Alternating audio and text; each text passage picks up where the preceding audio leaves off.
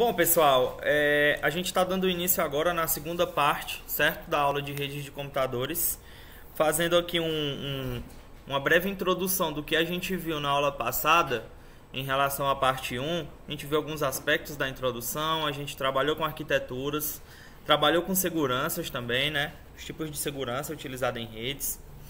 E agora a gente vai iniciar os padrões, né? Que é como se fosse uma continuação daquelas arquiteturas que a gente viu, só que a gente vai especificar esses padrões em cima da arquitetura sem fio, né? Que no caso é o wireless e a gente conhece também como Wi-Fi, né? E para fazer pelo menos uma mini introdução em relação às arquiteturas que a gente viu, né? Principalmente na sem fio, a gente precisa saber como é que essas máquinas, esses dispositivos se comunicam, né?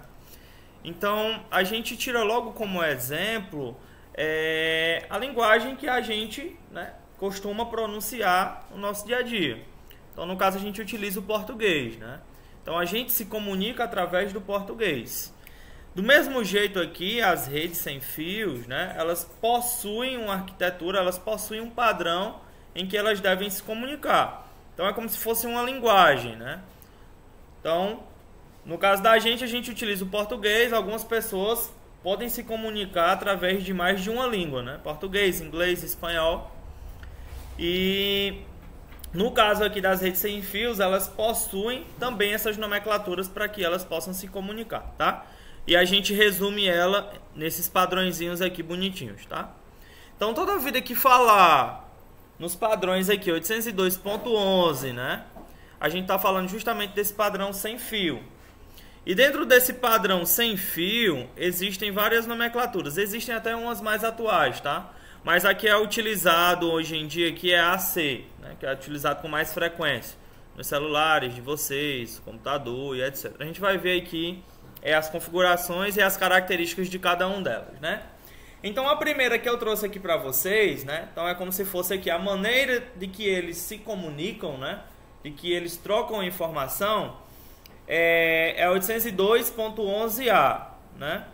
Que ela pode chegar até, né, qual o grau de velocidade aqui, né? Ó, 108 Mbps por segundo. Aí eu lembro para vocês aquela conversão que eu ensinei, né?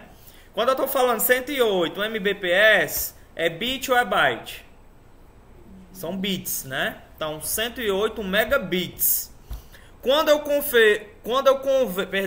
converto esse 108, né, megabits para megabytes, eu divido ou multiplico? Divido por quanto? 1024 ou por 8? Se está em megabits, né, por segundo, eu divido por 8. Se tiver a partir de byte, aí eu já começo a fazer a referência por quanto? Por 1024. A gente lembra que 1 byte é quantos bits? 8 bits, né? A gente pega essa referência de 8. E a partir do momento que eu tenho, por exemplo, 1 kilobyte, 1 megabyte, né? 1 terabyte, aí eu já pego a referência em cima de quem? 1024, né? Que é o valor correto que a gente pega a referência. Beleza, ele pode ter uma taxa de transferência aqui, ó, até 13,5 megabyte, né, por segundo. Toda vida que for o bit é o B minúsculo, toda vida que for o byte é o quê? O B maiúsculo, né, ó.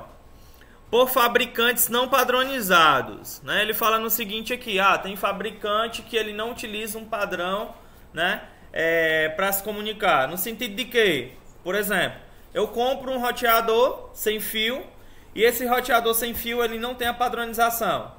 No sentido de quê? De que ele não aborda todos esses padrões aqui.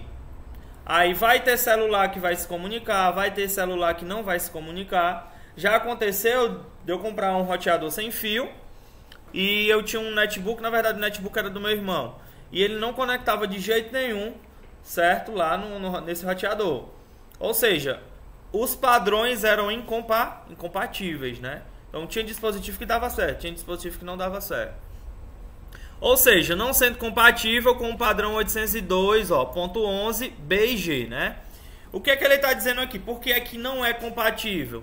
Não é compatível no sentido da frequência deles, né? A gente vai ver outro carinha aqui chamado, né, ó, que é a frequência de operação.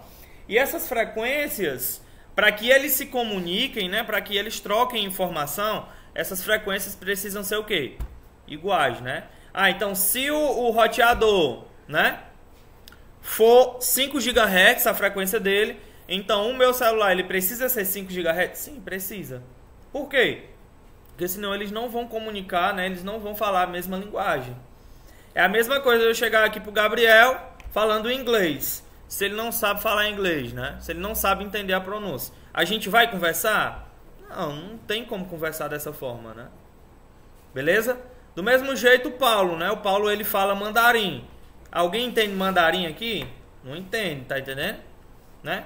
Canimadu, né? Muito bem. Beleza? Então, isso, pessoal, é em relação à maneira que eles se comunicam. E cada padrão desse tem uma característica, uma especificação diferente. No caso aqui da 802.11a, ela funciona em que frequência? 5 GHz, né? A gente vai ver que a frequência do B e do G vai ser outra frequência diferente, né? Ou seja, diferente de 5, tá? Vamos ver mais configurações aqui, ó. Pode chegar a 54 Mbps, né, e 6,75 MB por fabricantes padronizados. Então a gente viu dois tipos aí, né, os não padronizados e os padronizados, né? Sendo compatível, ó, com quem? Com o padrão 812B e G. Então a gente viu que vai depender também do fabricante que vai estar utilizando aquela tecnologia. Então quando você utiliza o padrão naquela frequência, ok, show. Quando você não utiliza já é outra coisa totalmente diferente, né? E a gente viu um exemplo desse na prática, são aqueles celulares japoneses, né? Que praticamente a Anatel deu até um prazo de utilização, né? No caso, você não vai poder mais utilizar aqueles aparelhos, porque eles não são padronizados, né? Você utiliza, funciona e tal, mas ele não funciona dentro do padrão das normas que a Anatel ela autoriza, né? Então o celular ele precisa passar por essa padronização. Nós temos também a velocidade real, que fica entre 24 e 27 megabits por segundo, né? Ó, que dá 3,37 megabytes por segundo, tá? Beleza? E a área de cobertura chega até 50 metros, né? Então digamos aí, se eu colocasse um roteador sem fio aqui nessa sala, que o padrão dele fosse 802.11a, esses 50 metros aí, o sinal dele ia chegar mais ou menos até onde? Dava para chegar na quadra? Mesmo com as barreiras, paredes, né? Eu acho que se ele chegasse no pátio era muito. Assim, para o sinal ficar legal, né? Certo? Esses 50 metros aí a gente levando em consideração o material que tem, né? As paredes, os prédios, né? Também tem as interferências, né, externas da rede elétrica, outros tipos de frequência também. Então tudo isso a gente deve considerar dentro de um ambiente, tá? Pois não? Assim, a velocidade dele vai ser igual para os padronizados e os não padronizados? Não, são diferentes. Os não padronizados a gente viu que pode ir até quanto? 13,5, né? Já os padronizados diminuem. Por quê? Porque eles vão trabalhar na frequência que os outros caras estão trabalhando. Então, por exemplo, nesse caso aqui é 5, né? 5 GHz. Aí se tiver um padrão, né, que seja menor do que 5 GHz e que ele está dentro lá das normas, aí ele vai trabalhar numa frequência menor. Então, obviamente, se ele trabalha em uma frequência menor, ele vai passar dados de uma maneira mais lenta também, né? Então, tipo, tu tá aqui na frequência de 5 GHz. Aí tu vai para uma frequência só de 2 GHz. Aí, qual a diferença aí? Grande, né? A mesma coisa de dizer assim, Gabriel, passe 1 hora fazendo esse trabalho. Beleza, aí o Gabriel tá lá, 1 hora fazendo trabalho sozinho. Aí eu coloco o Gabriel e o Paulo fazendo o trabalho, por exemplo, os dois fazendo a dupla. Com certeza eles vão terminar em menos de 1 hora, né? Porque são 2 pessoas trabalhando. Do mesmo jeito aqui na frequência. Quanto maior a frequência, mais rápido ela vai trabalhar, né? Então isso a gente deve levar em consideração também. Então é aquela mesma coisa. Vamos colocar outro exemplo pro Samuel fixar isso aí na cabeça dele. O Samuel, ele corre mais rápido do que, vamos colocar outra pessoa aqui como Cristo. Pode ser... Pronto, muito bem. Samuel, ele corre mais rápido do que esse cidadão aí, né? Aí, o que acontece? O Samuel disse que ia correr mais o cara. Só que, em vez dele correr na velocidade máxima dele, ele vai correr na velocidade de quem? Do parceirinho aí, né? Aí, o que acontece? Ele vai trabalhar na velocidade máxima dele? Não. Ele sempre vai ficar no limite do companheiro, né? Ou seja, nunca vai chegar ao máximo. Então, obviamente, vai correr menos rápido, né? Então, significa que os não padronizados têm a frequência maior? Não, os não padronizados, eles não conseguem trabalhar em outros tipos de frequência. Eles só conseguem trabalhar naquela frequência e pronto, morreu, eles não reconhecem. Já os padronizados, eles reconhecem, né? É nesse sentido aí, entendeu? Então, colocando um exemplo aqui, digamos que o Samuel não fosse o padronizado, né? Ele nunca ia saber que o amigo dele ia correr menos do que ele. Então, ele ia correr... Chamou o colega para correr, ele ia correr, ia para frente e o outro ia ficar para trás, pronto, morreu, já era. Entendeu aí como é o esquema? Seria mais ou menos assim. Perfeito. O segundo cara é o 802.11b, que ele tem uma velocidade de transmissão, né, que pode chegar até 11 Mbps, né, 1,3 megabytes por segundo, e opera na frequência o quê? 2.4, né, ó. Olha aí a diferença aí, ó. O outro trabalhava em que frequência? 5, né? E aqui, trabalha em que frequência? 2.4, né? Então a gente precisa se ligar nesse sentido aí. Só que a gente também tem que levar em consideração a área de cobertura dele, né? Ó, que pode ser de 50 a 400 metros. Aí entra dentro daquele encaixe lá que eu falei para vocês. Que pode sofrer o quê? Interferência de dispositivos externos, né? Então a gente pode levar em consideração do ambiente que a gente vai estar trabalhando, do ambiente, né, que esse cara vai estar situado, e pode ter qualquer tipo de interferência, certo? Então a gente precisa levar em consideração isso. Uma coisa que eu estava ensinando para o pessoal da turma do técnico em redes à noite era em relação ao canal. Todo roteador ele possui um canal, certo? Um canal que ele transmite a informação. E esse canal, certo? Ele deve ser especificado na hora que você está configurando o roteador. Então, por exemplo, se eu tiver um roteador nessa sala aqui no canal 6 e eu tiver um roteador, né, nessa sala vizinha aqui no mesmo canal 6, vai sofrer interferência, certo? Pode ser reduzido até 50% do valor, certo? Da velocidade desse dispositivo. Por quê? Porque como eles trabalham no mesmo canal, eles estão também trabalhando com a mesma frequência, né? Aí, digamos que ele transmitiu e o outro cara também transmitiu. E quando chega, né, na colisão dessas duas informações, sem fio, aí há perda de dados. Então, qual é a dica? Se esse roteador aqui está trabalhando no canal 6, no mínimo a diferença tem que ser de 2 canais para o outro roteador aqui que está próximo trabalhar, certo? Então, se esse aqui está no 6, a gente tem que colocar no mínimo em que canal o roteador do lado? Ou no 4 ou no 8, né? Pode diminuir ou pode aumentar. Dependendo do roteador, pode chegar até 16 canais, tá? Pode chegar até 16 canais. Então, tipo, como eu sei que esses roteadores, quando o cara instala, né? Um exemplo aí de uma empresa, só existem 2 empresas, né? Telefonia, para não sair no vídeo, né? Aqui. Isso. Digamos que o cara instala lá e todos eles colocam no mesmo canal. Aí, tipo, toda casa tem um roteador sem fio lá. Aí todos trabalhando com o mesmo canal. Vai dar certo isso aí? Principalmente esses roteadores que são de 2 antenas, que é 300 Mbps, né? Pega uma área bem bacana. Aí, com certeza, tem perda de dados, tem interferência, tá? Então, a primeira coisa que eu fiz lá em casa foi mudar o canal, né? Tipo, eu coloquei no último canal lá, possível, no caso foi 16, e beleza, não tem interferência lá em casa em relação aos outros roteadores, né? Isso aí já serve para vocês também, né? Instalar a internet lá na sua casa, peça para ele mudar o canal. Show! Agora o 802.11g, certo? A gente já viu o A, o B e o G agora, né? A compatibilidade que ele tem do G é com quem aqui, pessoal? Com 802.11b, né, ó. Olha aí, ó. A coisa legal aqui, ele funciona dentro de quem? Da frequência 2,4, né? Por quê? O B também funciona, né, na 2,4. Então, se eles funcionam na mesma frequência, eles são compatíveis, né? Beleza? Show de bola. A velocidade dele pode chegar, né, ó, até 54 Mbps, né? Convertido para megabyte, pode chegar até 6,75, né?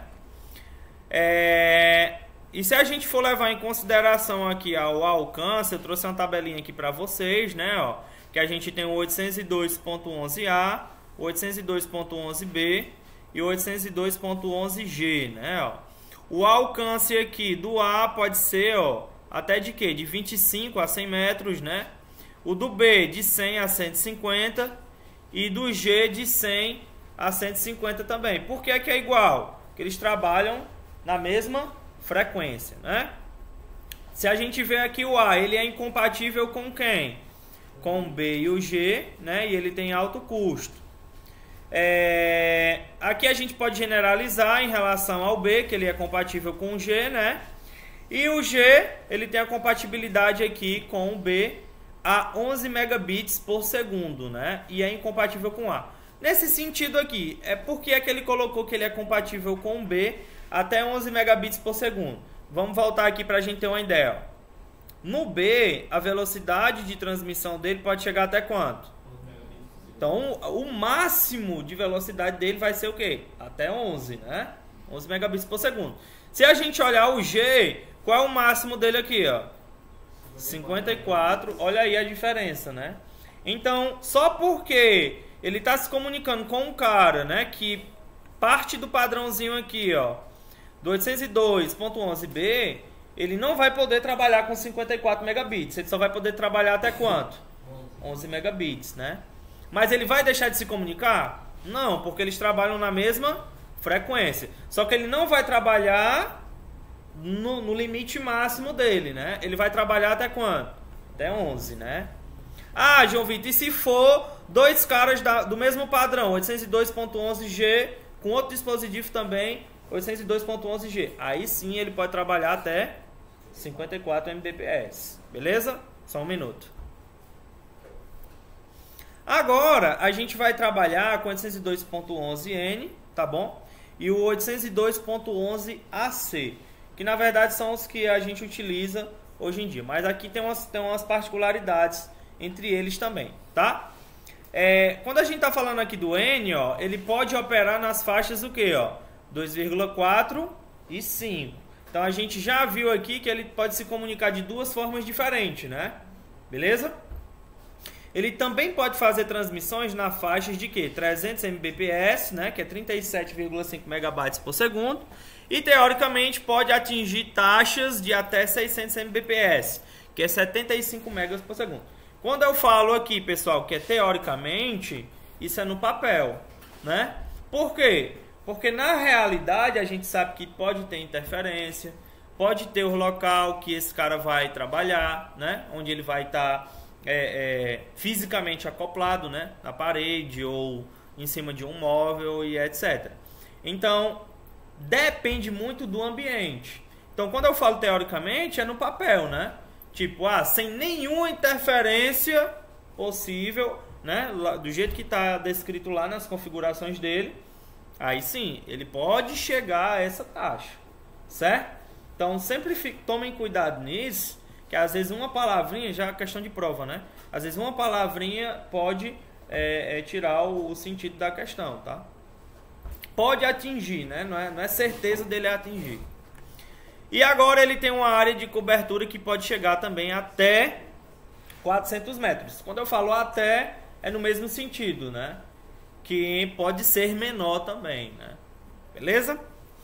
Já o 802.11ac, certo? Que hoje o padrão 802.11 impera, né? Que no caso é o que é mais utilizado, mas os novos dispositivos que estão saindo agora já é o AC, já tem outros também padrões. Tem uma velocidade aqui de 433 megabytes por segundo, 5 megabits por segundo, né? 54 megabytes ele pode chegar em sistemas simples, podendo chegar até 6.000 mbps, né? E 750 megabytes por segundo, tá? Em que frequência? 5 GHz, tá? O mercado aposta, pessoal, certo? Em 1.300 mbps por segundo para 162 megabytes, né? Convertendo para os dispositivos. E são compatíveis com a rede aqui 802.11n. Então, o que é que isso trouxe pra gente? Trouxe uma tecnologia mais rápida, tá? Em alguns dispositivos, né? Esses atuais, a maioria já é o AC. Sem perder o que impera, né? Ou seja, o que a maioria dos dispositivos transmitem, que é em que padrão? No 802.11n. Só que tem uma diferença. Diferença em que sentido? Só um minuto, depois do Samuel, depois tu, tá? Só um minuto. Qual a diferença aqui? Se eu tiver a arquitetura 802.11n funcionando em perfeitas condições, tá? E eu tiver um dispositivo 802.11ac, ele vai trabalhar na frequência do 802.11n, né? Por quê? Porque ele não pode se sobressair de uma arquitetura mais antiga. Então é o exemplo lá do B e do G, né? A gente sabe que o G ele é mais rápido, mas se eu estiver me comunicando com o dispositivo B, ele nunca vai poder passar lá daquele limite dele, tá? Pois não, Samuel? Assim, olha só, eu queria saber sobre antes, você estava me dizendo sobre o B e o G. Certo. O que você disse foi que o G ele só podia dar até 11 megabits por segundo, certo? Se estivesse comunicando com o B. Com o B. Isso. Aí então eu queria saber que se ele estivesse comunicando, ele não pode ultrapassar essa velocidade. Tipo, Isso, exatamente. Sem o B. Isso, exatamente. Se for G com G, pode ir até 54. Se for B com G, só pode ir no limite máximo do B, que é 11. Entendi. Entendeu? Tô. Aí tu tá falando que a C tá sendo a melhor de... Os dispositivos mais atuais já estão vindo com ela já, a C. A área de cobertura da AC também é maior que das outras? Sim, também. No caso aqui, ele utiliza que frequência? 5 GHz, né? Ó. Aqui, na 802.11, ela pode utilizar a 2,4 e a 5. A gente viu que pode ser de quê? De 100 a 150 metros. Vai depender também do dispositivo, né? Que vai estar sendo utilizado. Tipo, tem dispositivo que só tem uma antena, né? Tem dispositivo que tem duas, tem dispositivo que tem três. Então, tipo, para cada antena daquela, é 150 mbps. Então, tipo, o roteador lá de casa, por exemplo, é duas antenas. Aí 150 com 150, 300 mbps, né? Aí se fosse três antenas, 450 mbps, né? Isso eu tô falando dos dispositivos padrões, né? Existem roteadores que são bem mais avançados. Aí vai depender da configuração e da característica do roteador, tá? Beleza? Tranquilo, né? Show de bola. Então terminamos os padrões, que é o padrão A, o B, o G, o N e o AC. Copiou aí? Beleza. O A trabalha em que frequência? 5 GHz. Beleza. O B em que frequência? 2,4, né? O G? 2,4 também, né? O N? 4 e 5, né? E o AC? 5. Show de bola. Muito bem. Agora, pessoal, a gente vai falar um pouquinho aqui do hardware de rede, tá? Que eu trouxe aqui para vocês aqui a placazinha de rede, tanto sem fio como a com fio, tá bom? Toda vida que a gente fala também, pessoal, desses dispositivos, a gente pode falar que ele também é um periférico, né? Aí esse periférico, ele vai ser de entrada ou de saída? Ou vai ser os dois ao mesmo tempo? Ele tanto vai ser de input como de output, né? Ó. Muito cuidado nesse sentido aí, né? Ó. Então, chamada de adaptador de rede ou interface de rede, certo? Ou Network Interface Connection ou placa de rede, tá? Cada computador tem que ter sua própria placa de rede e pode ser no padrão Ethernet, né? que é com fio, a gente viu isso, Ethernet wireless, Ethernet com fio e o wireless sem fio, tá? São as duas nomenclaturas aqui, são as duas arquiteturas, tá? Tem um aqui que contém as duas ou só? Não. Ethernet com fio. Não existe... se você tiver, por exemplo, um dispositivo, um computador, no caso, ele pode possuir as duas arquiteturas.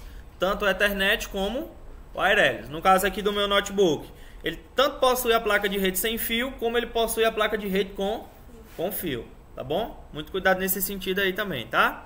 Ethernet com fio, wireless Então, sem fio, tá? Vai ter os dois tipos de internet, se eu quiser conectar um diferente, tem que ter as duas. Exatamente, tem que ter as duas placas, tá? João Vitor, eu tenho uma placa de rede sem fio. Show de bola, conecta a qualquer rede sem fio, tá? Dependendo do padrão, né? O padrão mais utilizado hoje é o N, né? 102.11n.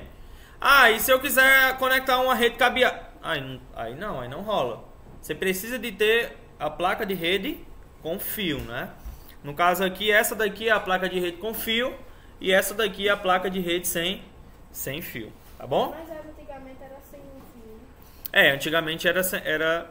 Não, antigamente era com fio, né? E depois veio se atualizando, aí a gente pôde colocar aqui, tá? Sem fio, tá bom? E logo, beleza? Toda vida que a gente vem, né, a utilizar uma placa de rede, tá? Tanto ela seja do padrão Ethernet, como ela seja do padrão wireless, pessoal, ela precisa ter um endereço físico, tá? E esse endereço físico, o nome dele é quem? O MAC, né? Que é o Media Access Control. Esse endereço, pessoal, vamos levar em consideração aqui em relação a um endereço que a gente também utiliza, né? Um endereço pessoal, que é quem? Que é o RG e o CPF, né?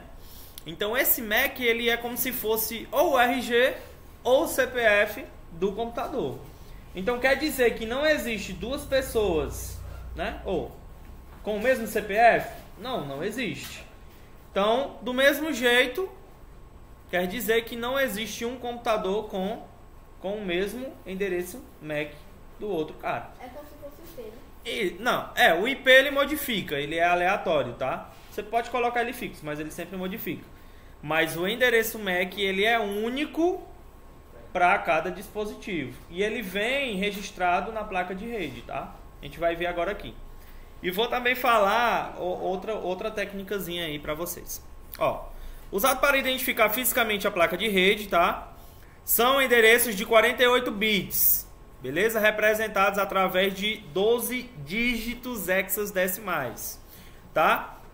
Aí aqui tem um exemplo aqui, né? De 48 bits, representado aqui por 12 dígitos hexadecimais. Gravados na memória ROM. Aí a memória ROM a gente já viu, então... A memória ROM, pessoal, depois que a gente grava ela pode ser apagada? Não, ela não pode ser apagada. Ela vai ficar lá, né, registrada. E é uma memória que ela é gravada de fábrica, tá? Ou seja, quando fabrica a placa de rede, aí lá na indústria eles já faz um endereçamento lá, já faz a gravação, certo? Cada placa de rede possui um único endereço MAC, que é justamente, né, esse endereço, ele já vem de fábrica. E existem também um endereço lógico, né? Muito cuidado para não confundir o endereço MAC físico para o endereço MAC lógico, tá? Que é conhecido como o endereço IP, que é o que o nosso amigo falou, né?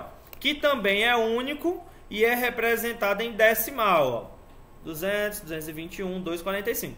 Só que ele é único no momento que você está utilizando, né? Que ele foi disponível para você. Mas vamos colocar um exemplo aqui. Toda vida que eu chego aqui na escola,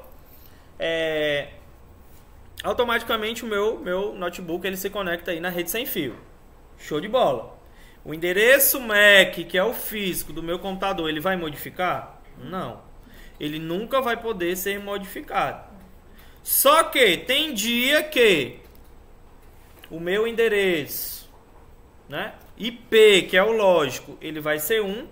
E possa ser que outro dia, quando eu venha me conectar, possa ser outro endereço. Por quê? Ele vai ser único a partir do momento que eu me conecto na rede, certo? E ele vai ser aleatório no sentido de que na hora que eu me conectar, possa ser que seja outro, né? Que ele atribui esse endereço na rede, tá? Então, por exemplo aqui, ó. Por exemplo aqui, se eu der um ifconfig aqui, ó, eu tenho o meu endereço IP aqui na rede, tá aqui, ó, que é o 20.20.0.91, tá bom? Esse aqui é o meu endereço IP da rede, ó. Tá aqui, ó, da minha rede sem fio, ó, WL, ó, tá vendo, ó? 20.20.0.91, certo? Beleza. Aqui foi atribuído. Show de bola, sem problema nenhum. Só que, como quem faz essa distribuição é o roteador que está distribuindo, possa ser que, digamos que tenha várias pessoas conectadas na rede, e quando eu chego, esse endereço, né, IP, que é o lógico, tenha sido atribuído para outro computador. Não tem problema nenhum. Aí quando eu chego, ele atribui esse 20.20.0.91 a mim. Beleza? Então, muito cuidado. Se esse endereço estiver disponível, quando eu chegar, ele atribui. Se não tiver, ele atribui outro. No sentido de que, pessoal? Que o lógico, ele pode modificar. Mas o físico, ele pode modificar? Não, não pode modificar, tá? Outro exemplo, para a gente finalizar, né, Carlos? João Vitor, já que esse cara aqui, o lógico, ele pode ser modificado. Quando você chegar aqui nas configurações de rede, você pode escolher um IP para você? Eu posso. Só que tem que estar dentro dessa rede. Isso aí vocês vão aprender na disciplina de redes, certo? Você colocar o IP automático, chegou, ele conecta, e colocar esse IP manual. Vocês vão aprender, certo? Não cabe a mim nesse sentido aqui, mas agora vocês sabem que existem os dois. Tipo, se eu quisesse colocar 20.20.0.92, tá dentro da mesma classe de rede. Vocês vão aprender 3 tipos de classe de rede: a classe A, a B e a C. Não, eu digo assim, se mudasse IP, mudaria o quê? Nada, só o meu número na rede. Só que tem que ser dentro daquela classe, né? No caso, 20.20.0.91 é classe A. Vocês vão ver, classe A, classe B e classe C. Certo? Beleza? Tranquilo? Então vamos lá. Só um minuto, tá? Tô já terminando. Aí, pessoal, a gente vai conhecer os concentradores, tá bom? Esses concentradores, é interessante que vocês estejam anotando aí, que vai ter o resumo dessa aula lá para vocês colocarem no ambiente virtual também, viu? Esses concentradores, pessoal, guarda pra vida. Esses concentradores, o que é que acontece? São os caras que fazem a interligação entre as redes, certo? Então, quer dizer que, por exemplo, quando a gente chega lá no laboratório, a gente vê que tem uma ruma de cabo conectando vários computadores, certo? E aquele cabo está vindo de onde? Está vindo de um cara que está interligando o quê? A rede do laboratório com a rede aqui da secretaria, por exemplo, ou a do servidor. Então, tipo, não é um fio passando, né, diretamente lá para o laboratório, não. Existem os caras que precisam o quê? Fazer as conexões. É igual um cano. Tipo, a gente vai passar um cano nessa parede, quando chega lá no final da parede, tem como a gente dobrar esse cano para continuar? Não. A gente usa o quê? As conexões, justamente para conectar um cano com o outro. Então, no caso aqui, o hub, ele serve justamente para isso. Opa, terminou o cabo aqui, então para continuar essa conexão, eu vou conectar do hub, e do hub eu vou jogar para outro local. Então, é como se fosse a continuação, a conexão. Isso, ali é um patch panel. E dentro do patch panel tem outro carinha desse aqui, mas não é um hub lá é um switch. Isso, lá distribui, exatamente. A gente vai ver agora já já. Beleza, o hub, pessoal, ele é um dispositivo que tem a função de interligar os computadores de uma rede local. Ou seja, ele é um concentrador, tá? Ele recebe os dados vindos de um computador e os transmite às outras máquinas. Beleza? Ou seja, ele recebe de um canto e joga para quantas máquinas eu quiser. Entendeu aí? Mas vai depender da quantidade de portas que ele tem. A transmissão dele em broadcast, tá bom? Os dados são enviados de um endereço para todos os outros. Questão de prova aqui, tá? Todos os outros. Então, no sentido de quê? por exemplo, ele recebeu o sinal aqui do servidor. Aí quando chegou nele, né, o broadcast é um envio para todos os dispositivos da rede. Ou seja, ele recebeu uma solicitação. Aí quando chegou lá nele, em vez dele enviar aquela solicitação só para o computador que fez a requisição, ele envia para quem?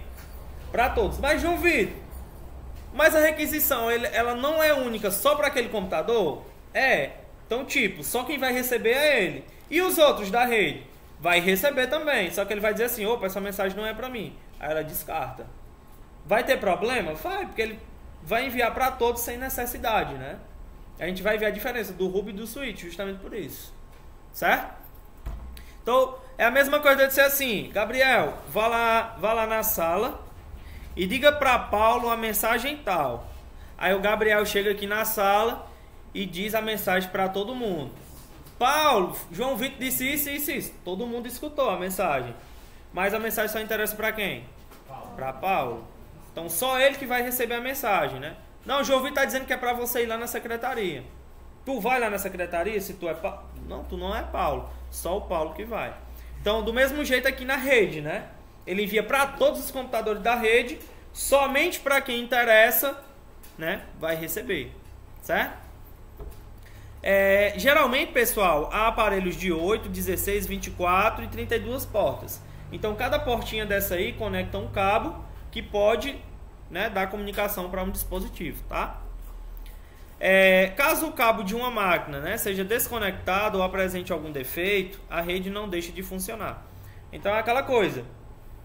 A gente vai ver em umas topologias, tá, mais na frente, que se um computador der problema, toda a rede também vai dar problema, também vai ficar sem internet. O que ele quis dizer aqui foi o quê? Digamos que o computador da Amable não tem a internet. Aí, obrigatoriamente, o computador do Gabriel vai ficar sem internet? Não. Se fosse em outra arquitetura, outra topologia, aí sim, poderia dar problema. Por exemplo, na barramento. A gente vai ver aqui na barramento, se o computador da Amable ficar sem internet, todos os outros também vão ficar sem internet. Tá bom? Também é possível, pessoal, adicionar outro hub, né, já existente, chamamos de cascateamento de hubs. Então é conectar um hub no outro, né? Vai conectando. Tem limite, ouvido? Não, não tem limite. Você pode conectar quantos você quiser. Só que aí tem um problema, né? Você vai necessitar disso? Geralmente necessita, né? Então vamos citar um exemplo aqui. Digamos, nós temos aqui a nossa sala, o primeiro A aqui e a secretaria. Aí digamos que aqui nessa sala a gente tenha 8 computadores, aqui nessa sala do primeiro A 8 computadores, lá na secretaria 8 computadores. Aí vem só um cabo lá da secretaria para passar a internet. Esse um cabo vai dar para conectar 16 computadores do primeiro A e do primeiro I? Não, a gente vai precisar de quem? Do hub, né? Aí eu coloco um hub aqui, né? No mínimo de, no caso aqui 16, que já tem 8 computadores, né? Isso. Aí eu conecto o cabo que vem da secretaria nele. Aí digamos que seja de 16 portas. Se eu conectei em uma porta dele aqui, beleza. Sobrou mais quantas portas? 15, né? Aí eu conecto os outros computadores. Aí eu conecto um cabo aqui do primeiro A para quem? Para o primeiro I. Esse um cabo vai dar para conectar nos 8 computadores? Não, eu vou precisar de quem? De um hub. Aí eu conecto no hub e desse hub eu distribuo para todos os outros computadores que precisarem de internet. Então é mais ou menos assim, certo? Quem era que estava tirando a dúvida aí? Vai lá, diga aí. Cascateamento é a conexão de um hub em outro. Sim. Ele enfraquece a rede? Não tem problema nenhum. Aqui no caso a gente não utiliza mais o hub, a gente utiliza o switch, que é o próximo cara que a gente vai ver. Tem 2 switches aqui no servidor. Desses 2 switches conecta mais em outro switch na secretaria. Aí da secretaria distribui para a escola toda. Aí tipo lá no laboratório de hardware tem outro switch, que desse switch conecta para outro switch lá do laboratório de software. Então tipo, já tem quantos switches aí? 6 a 8 switches, né? Ou seja, a gente tem um cascateamento de switches e não de hub. Beleza?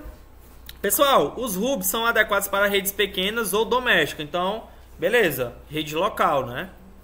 Havendo poucos computadores, é muito provável que surja algum problema de desempenho. Vai conectar, mas vai ter esse problema de desempenho, tá? E ele nem entende o endereço MAC e nem entende o endereço IP, tá? Beleza? Já o switch, que é esse outro cara aí, que é muito parecido com o que tem lá no laboratório. Vocês estão vendo? Ó, que fica dentro lá daquela caixa quadrada lá atrás. O nome daquela caixa quadrada é Patch Panel, tá? E dentro do Patch Panel fica o switchzinho aqui, tá? Que a gente pode utilizar. No switch, pessoal, os dados vindos do computador de origem somente são repassados ao computador de destino. Ah, então aí a gente já tem um diferencial do Ruby. No caso aqui da mensagem que eu mandei aqui pro Gabriel. O Gabriel chegou, né, aqui na sala. Eu disse, ó, Gabriel, manda essa mensagem aqui pro Paulo, esse recado. Aí ele entra na sala e vai diretamente no Paulo e diz, ó, Paulo, João Vitor, isso, isso e isso. Aí beleza, os outros que estão aqui dentro vão saber a mensagem agora? Não. Se fosse no Ruby, ele ia gritar lá daquela porta ali. Ei, Paulo, fulano, não sei o que, não sei o que, não sei o que. No Ruby. Já no switch, não. No switch ele chega direcionado para o Paulo, né? Lá pertinho dele e diz, ó. Entendeu? Aí o Paulo vai lá, né, na Gotige e tá tudo certo, né? Muito bem. Isso, pessoal, porque os switches criam uma espécie de canal de comunicação exclusiva entre a origem e o destino, tá? Chamado de quem? De tabela MAC. Ou seja, essa tabela MAC, a gente sabe que todo computador vai ter o quê? Um endereço MAC, né? E dentro, né, dessa tabela vai ter o endereço MAC de todos os dispositivos que está conectado na rede. Então é como se ele fizesse o registro, né, de todo mundo. Essa tabela, pessoal, contém o endereço MAC do dispositivo vinculado à porta de comunicação do switch. Dessa forma, a rede não fica presa a um único computador no envio das informações. Então, por exemplo, se o computador do Gabriel está conectado na porta 24, obviamente, né, ele vai se comunicar diretamente na porta 24. Não é não? No caso de Paulo, o computador de Paulo está conectado na porta 11, que é um atrás do outro, né? Ou seja, ele vai se comunicar diretamente na porta que o Paulo lá está conectado. Beleza? Ou seja, Gabriel na porta 24 e o Paulo na porta 11. Certo? É como se fosse o endereço da sua casa, né? Beleza. Como se fosse o endereço da sua casa. Tudo bem. É mais usado quando você tem muito... Oi.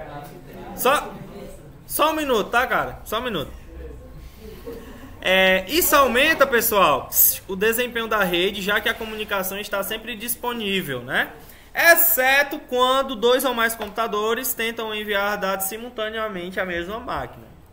Só nesse caso, diferente do Ruby, né? Que ele envia para todos, sem saber quem é que ele está enviando aquela mensagem. No Ruby é muito perigoso, né? Dessa mensagem ser recebida, né, por outro computador, e esse outro computador, existem dispositivos que a gente aceita, né? Justamente por isso. Não entende o endereço IP também, né? O Ruby não entende, o switch também não entende o endereço IP. E é usado em redes LAN, né? Rede LAN é o que, pessoal? Metropolitana, geográfica. Muito bem, rede local, olha aí. Show de bola, 1/10. Perfeito. Então, qual é a diferença aí, pessoal? Do Ruby para o switch? Que o Ruby ele trabalha, né, faz a interconexão entre os computadores, mas ele trabalha de uma forma não eficiente, né? Manda para todos na rede. Já o switch, ele trabalha de uma forma, né, mais eficiente. Ele conhece as máquinas que estão conectadas na rede, tá? O outro cara aqui que eu trouxe para vocês foi quem? Um roteador, beleza? Que é utilizado aqui em redes de maior porte, tá? E ele entende quem? Tanto o endereço MAC como os endereços IPs. O Ruby, vamos lá, vamos fazer a revisão aqui. Nem entende endereço MAC e nem entende endereço IP. O switch entende endereço MAC e não entende endereço IP.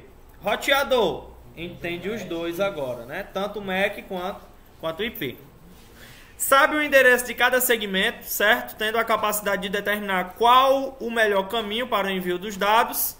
Além de filtrar, pessoal, o tráfego de quem? Broadcast. Esse broadcast eu falei para vocês que é o quê? é o envio de informações pela rede, né? Então, quando o Gabriel chega aqui nessa porta e grita para todo mundo, ele está fazendo o quê? Um broadcast, ou seja, está enviando mensagem para todo mundo na rede, tá? Beleza? A gente viu que o Ruby só é usado em rede local, o switch também, né?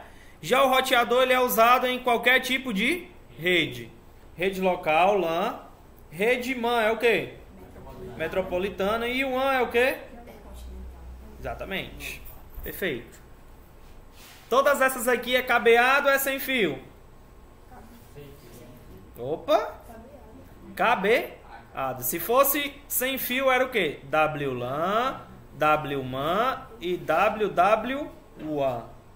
Ou seja, que é o W do Wireless, não é isso? Beleza? Então, fica a dica aí para vocês anotar. Ela interliga sistemas globais, que é a internet, né? A gente já sabe disso. E ela também pode ter o quê? Um firewall. O que é isso? É como se fosse um dispositivo que, né, controlasse a entrada, certo? E em alguns casos a saída, né, de informações na rede. Beleza? Então, como é que funciona isso? Tu vai lá numa boate, tá ligado? Na Zona Sul. Aí tem um monstro na porta, né? Tá ligado? Qual a idade? Aí tu vai dizer 16. Aí ele não pode entrar. Então, o segurança, o guarda que fica na porta lá daquela boate, vai ser quem? Vai ser o firewall do roteador. Ou seja, ele diz quem entra e quem não entra, né? Lá daquela rede. É do mesmo jeito lá na sua casa. Você disse à sua mãe que 10 horas você estava em casa. Aí quando foi 11 horas, você bateu lá na porta. Aí sua mãe, como o firewall, né, lá da sua casa, firewall, ela disse desse jeito: você não entra. Você não entra. Aí você realmente vai ficar no meio da rua. Beleza? Muito bem? Perfeito. Aí se sua avó estiver perto, então deixa o bichinho entrar, alisa a cabeça, né? Geralmente era assim, a minha avó era que me defendia. Muito bem. Agora, se sentiu, não foi? E agora a gente vai ver aqui só de forma bem superficial o modelo cliente-servidor, tá? Só para que vocês tenham uma ideia. Isso. O modelo cliente-servidor, pessoal, em inglês que é o client-server, né? É uma estrutura de aplicação distribuída que tem o poder de distribuir as tarefas e cargas de trabalho entre os fornecedores de um recurso ou serviço, designados como servidores, e os requerentes do serviço, designados como cliente. O termo servidor, pessoal, é largamente aplicado a computadores completos, mas também um servidor pode ser um software ou partes de um sistema computacional ou até mesmo a uma máquina. O termo cliente ele é aplicado a quem solicita as informações, tá? Por isso que, vamos citar um exemplo aqui. Quando a gente vai utilizar os computadores lá no laboratório, né? Toda vida você precisa colocar lá um usuário e a senha. Que usuário é esse? Aluno, não é assim? Beleza. Vocês estão sendo as máquinas o quê? Clientes ou servidores? Clientes. E a máquina que está pedindo a requisição do aluno é quem? O servidor. Só que esse servidor aqui da escola é um servidor específico que a gente utiliza, que é o tal chamado servidor proxy. Beleza? Mas é um servidor? É só pra gente ter um exemplo de que funciona dessa forma. Ele vai restringir algumas coisas que você pode ou não pode usar. Tá bom? Show de bola. Tem até uma imagenzinha aqui, né? O servidor, né? E vários clientinhos aqui, ó, bonitinhos aqui trabalhando, tá bom? Deve ter sido na hora do PDF aí que eu gerei. Muito bem. Agora a gente tem aqui o tal da intranet, né? Ó. Na verdade são 3. Já anota aí, ó. Intranet, extranet e internet. Vamos saber como é que funciona cada uma delas aqui. A intranet, pessoal, é uma aplicação interna ou privada de uma empresa que visa fornecer conteúdo, informação e aplicativos que facilitem, certo, o trabalho dos seus colaboradores. E utiliza as mesmas tecnologias de protocolo da internet. Então, se liga aí. Tu chega lá, né, numa loja de calçados, ou numa loja de imóveis, né? Para não citar nomes, gravação. Aí tu diz assim, a cor aqui desse sofá tem vermelho? Aí o cara vai lá, opa, vamos consultar. Chega aqui, querida. Aí ele vai consultar.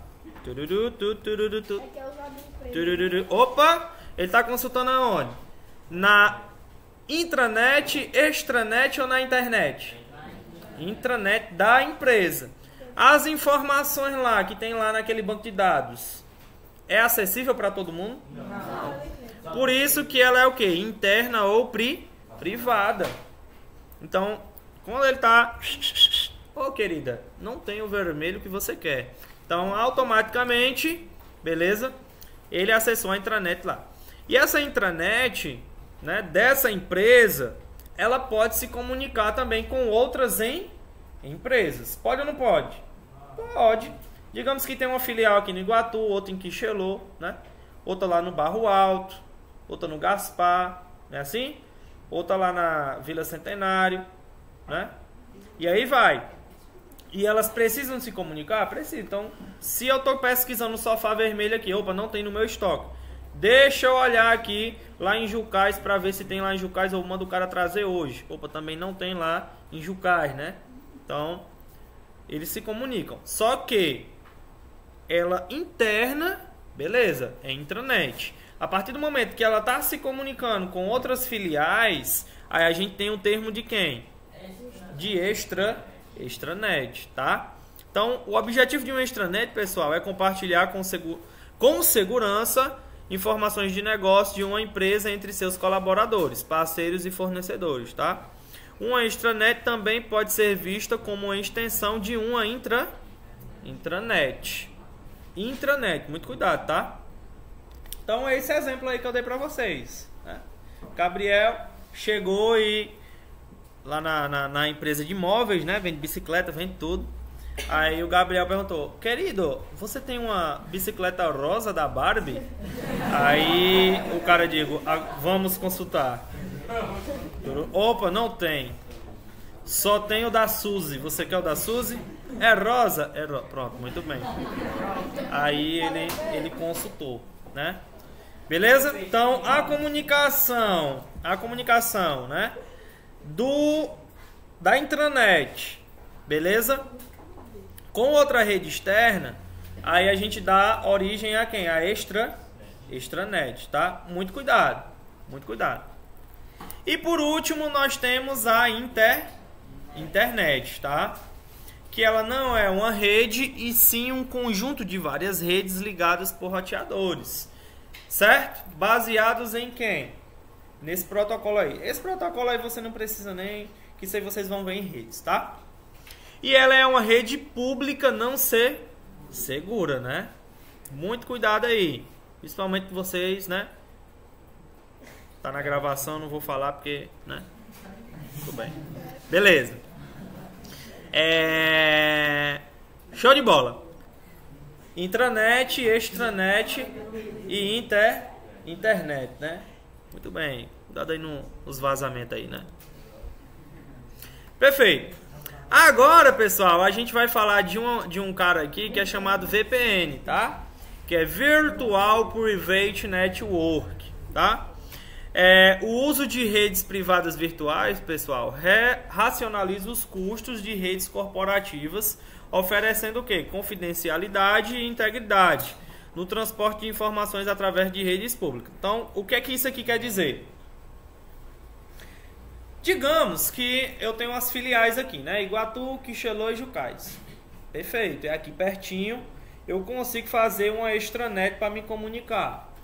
Não tem problema nenhum, perfeito. Dá para fazer, né? As intranets locais e extranet para me comunicar com as filiais. Só que, digamos que eu tenho, né, uma filial aqui e eu tenho uma filial lá no Rio de Janeiro, né? Copacabana, muitas praias, né? Sols, tem uma indústria lá de calçados e etc. Aí o que acontece, né? O que acontece? Compensa eu fazer um extranet daqui para o Rio de Janeiro, pessoal? Não compensa, né? Aí eu utilizo o quê? Uma VPN. Que através da internet eu consigo me comunicar com quem? Com a filial que está lá no Rio de Janeiro. Ah, João Vitor, eu poderia me comunicar diretamente com a internet? Poderia. Mas a internet, ela é segura? Não. Com a VPN, aí sim ela se torna segura. Tá? Aí, terceira questão da prova de vocês é de acordo com as características da VPN, né? Nós podemos se comunicar com a internet de uma forma não segura entre duas filiais. É verdadeiro ou é falso? Falso, né? Que a VPN, ela se comunica de uma forma segura, tá? Beleza? Terceira questão, letra A, muito bem. Tá de parabéns. Perfeito. E agora a gente vai falar um pouquinho aqui de tunelamento, tá? Que ele pode ser definido como o processo de encapsular um protocolo dentro de outro, tá? E o pacote criptografado e encapsulado viaja através da internet até alcançar seu destino, onde é desencapsulado e descriptografado, e retornando a seu formato, né, original. É o mesmo exemplo do VPN, só que utilizando a técnica aqui do tunelamento, certo? Então, vamos colocar um exemplo aqui. Eu quero me comunicar, vamos pegar outro cabo aqui, pode ser o Luke Cage ali, né, que tá com a capa na cabeça. Beleza? Eu vou me comunicar com ele, só que o cara que vai fazer o intermédio dessa comunicação vai ser o Gabriel, né?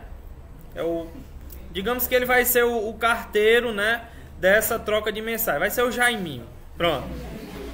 Né? Só queria estar. Exatamente. Aí o que acontece? Eu mandei uma mensagem aqui pro Luke Cage, né? E escrevi só de uma forma que ele entenda, né? Ou seja, criptografado, né? Ou seja, coloquei uma mensagem aqui totalmente aleatória, né? Aí Jaiminho, né, Gabriel, digo, gente, que mensagem louca é essa daqui? Vou deixar. Aí quando chega lá, o nosso amigo, né, automaticamente bateu o olho na mensagem, show de bola, entendi. Aí ele manda a submensagem, né? Enrola de novo e o Gabriel, oxente, o que é que esses dois estão falando? Essa mensagem, pessoal, ela vai passar pela internet. Muitas pessoas vão enxergar essa mensagem, só que elas não vão o quê? Entender, porque ela está criptografada. Só quem vai entender é quem? Quem está recebendo e quem está emitindo a mensagem. Então essa é a ideia aí de criptografia, né, e descriptografia. Então, por isso que ela se torna segura, no sentido de que ela vai ter que passar pela internet, né? E a gente sabe que a internet ela não é segura. Então, ela vai passar por várias redes, só que de uma maneira assim que ninguém vai entender aquela mensagem, né? Ninguém vai entender. Então é mais ou menos que funciona dessa forma. Eu não sei se vocês já prestaram atenção, mas o WhatsApp agora também as mensagens são trocadas de maneira o quê? Criptografada, né? Antigamente não era, né? Dava pra gente ver as conversas e tal, as fotos, né? As músicas, né? Muito bem, mas agora, de uma maneira criptografada, a gente não consegue mais ver essas mensagens, ok? Perfeito. Agora, gente, para finalizar, nós vamos ver as topologias de rede, tá? Essas topologias de rede, pessoal, se liga aí, tá? É o padrão no qual o meio de rede está conectado aos computadores e os outros componentes de rede. Essencialmente, a estrutura topológica da rede e pode ser descrito fisicamente ou logicamente, tá? A topologia física, pessoal, representa como as redes estão conectadas, ou seja, o físico mesmo, né? Como é que elas vão estar conectadas. E o meio de conexões dos dispositivos de rede, ou seja, os nós. Os nós que eles falam é no sentido de que chegou a rede, né, lá da secretaria, um cabo de rede. Aí quando ele se conecta aqui no hub, aí a gente já tem um nó, tá? Aí vem para outro hub aqui, para o primeiro I, já é outro nó. Então cada ponto de conexão vai ser o quê? Um nó ou nódos, né? Tem até a marcaçãozinha aqui. A forma com que os cabos são conectados e que, genericamente, chamados de topologia da rede física, tá? Beleza? Ok? Influencia em diversos pontos considerados críticos, como a flexibilidade, velocidade e segurança. Então vai ter topologia que vai ter seus pontos positivos, mas também vai possuir seus pontos negativos. Então a gente vai ver e vai comparar elas, tá? Já a topologia lógica refere-se à maneira como os sinais agem sobre os meios de rede, tá? Ou a maneira como os dados são transmitidos através da rede a partir de um dispositivo para outro sem ter em conta o quê? Uma interligação física dos dispositivos, tá? Que são frequentemente associados ao Media Access Control, que é quem? O endereço físico de cada dispositivo. Métodos e protocolos, e são capazes de se reconfigurar dinamicamente, né, por tipos especiais de equipamentos como roteadores e suítes, tá bom? Então tem essas duas formas aí que a gente pode se comunicar, a física e a lógica, tá? Várias são as estratégias de topologias, embora as variações sempre derivem de três que são as mais frequentemente empregadas, ou seja, são as três principais, que são quem? Anel, barramento e estrela, né? Valendo um décimo aqui, qual é o que a gente utiliza nos dias de hoje?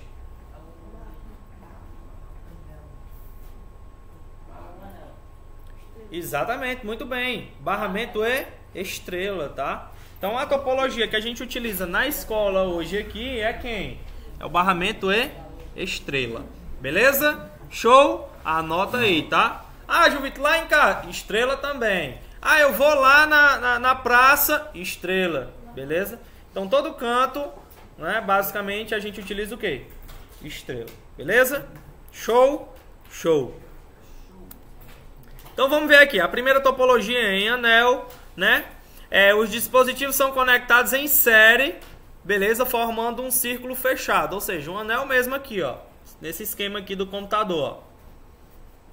Graficamente dessa forma aqui, ó, beleza?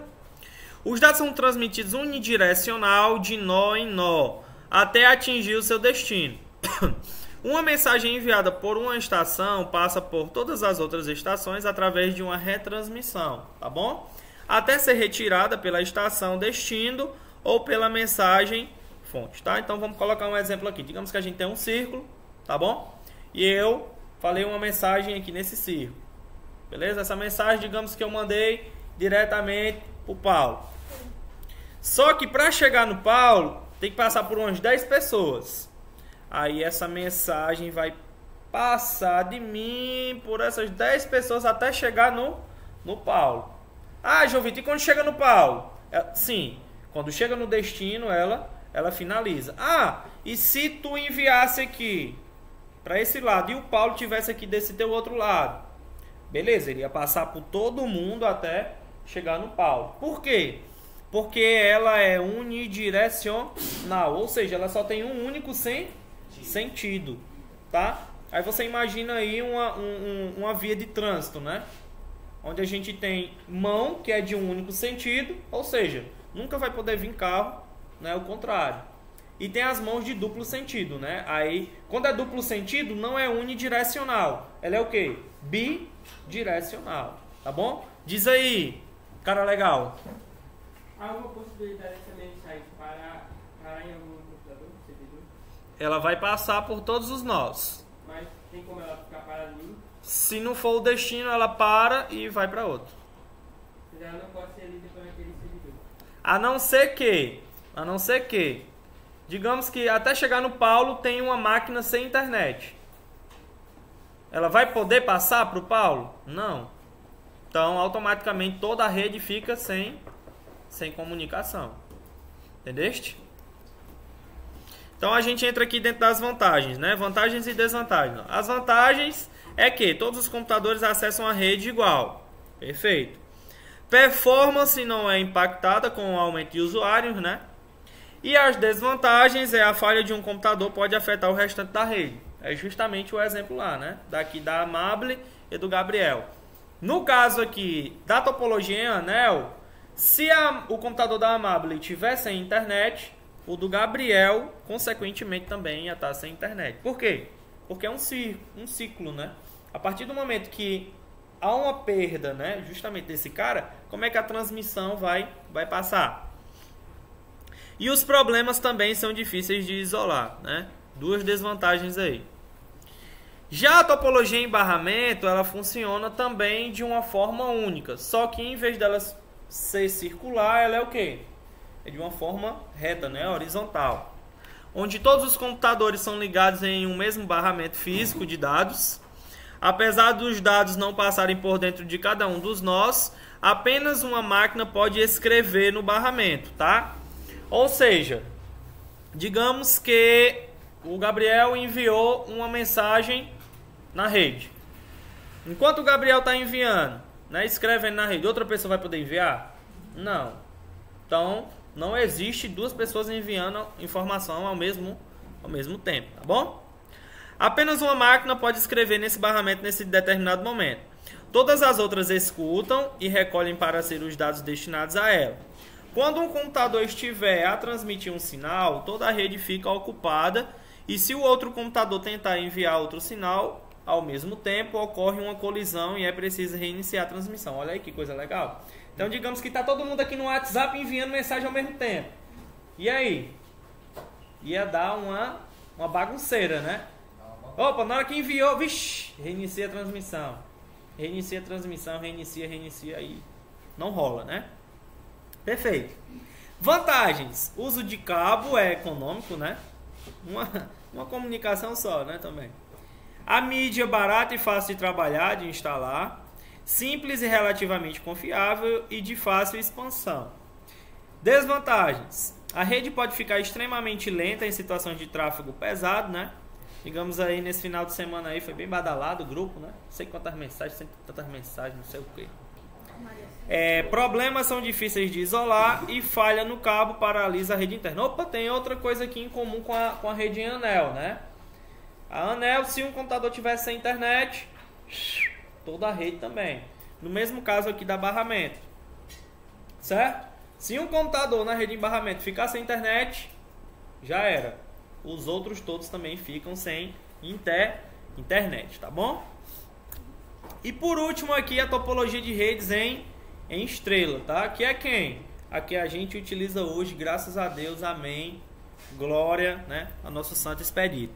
Então, se liga aí. A mais comum atualmente, beleza? A topologia em estrela utiliza cabos de par trançado, que é aquele cabinho azul que você vê passando aí por todo canto. Pode ser preto também, né?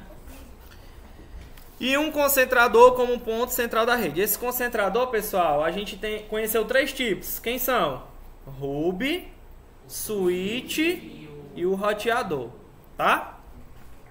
O concentrador, pessoal, se encarrega de retransmitir todos os dados para todas as estações, mas com a vantagem de tornar mais fácil a localização dos problemas, tá? Já que se um dos cabos, certo, for rompido, o outro computador vai ficar sem internet? Não vai ficar sem internet. A não ser que, vamos citar um exemplo, o cabo que veio da secretaria que conectou com o primeiro A e o primeiro A conectou com o primeiro I. Se o cabo da secretaria der problema, o primeiro A e o primeiro I vai ficar sem internet? Sim ou não? Sim, a internet não vem de lá? Vem. Mas, por exemplo, se um computador aqui do primeiro I der problema, o primeiro A vai ficar sem internet? A secretaria vai ficar sem internet? Também não. Então é um ponto positivo, né? Beleza? Vantagens. A codificação e a adição de novos computadores é simples, né? O gerenciamento centralizado, beleza? Todas as configurações ou vai ficar no roteador, ou vai ficar no switch, ou vai ficar no hub. Falha de um computador não afeta o restante da rede, a não ser nesse exemplo aí, né? Na verdade, do computador específico, né? Agora, se for o cabo de rede, aí sim. E a desvantagem, uma falha no dispositivo central paralisa a rede inteira. Então, tem esse exemplo também, né? Tipo, o switch lá do servidor deu problema. A escola inteira fica sem internet, né? Que é desse switch que distribui internet para a escola toda. Tá bom? Beleza? E aqui a gente tem um quadro aqui de resumo das 3 topologias, tá? Os pontos positivos, pontos negativos e para finalizar, não, o backbone fica como pesquisa para vocês, tá bom? Dessa parte 2, já tá todo mundo cansado, certo? Tem a RPN também, fica como pesquisa. E agora a gente vai fazer uma atividade aqui de revisão, tá beleza? Show de bola? Show! Não esquece de dar o like aí. Se deixar um comentário aí produtivo, na próxima videoaula eu mostro o comentário, tá? Comento e respondo aqui ao vivo para sair no próximo vídeo, tá bom? Valeu!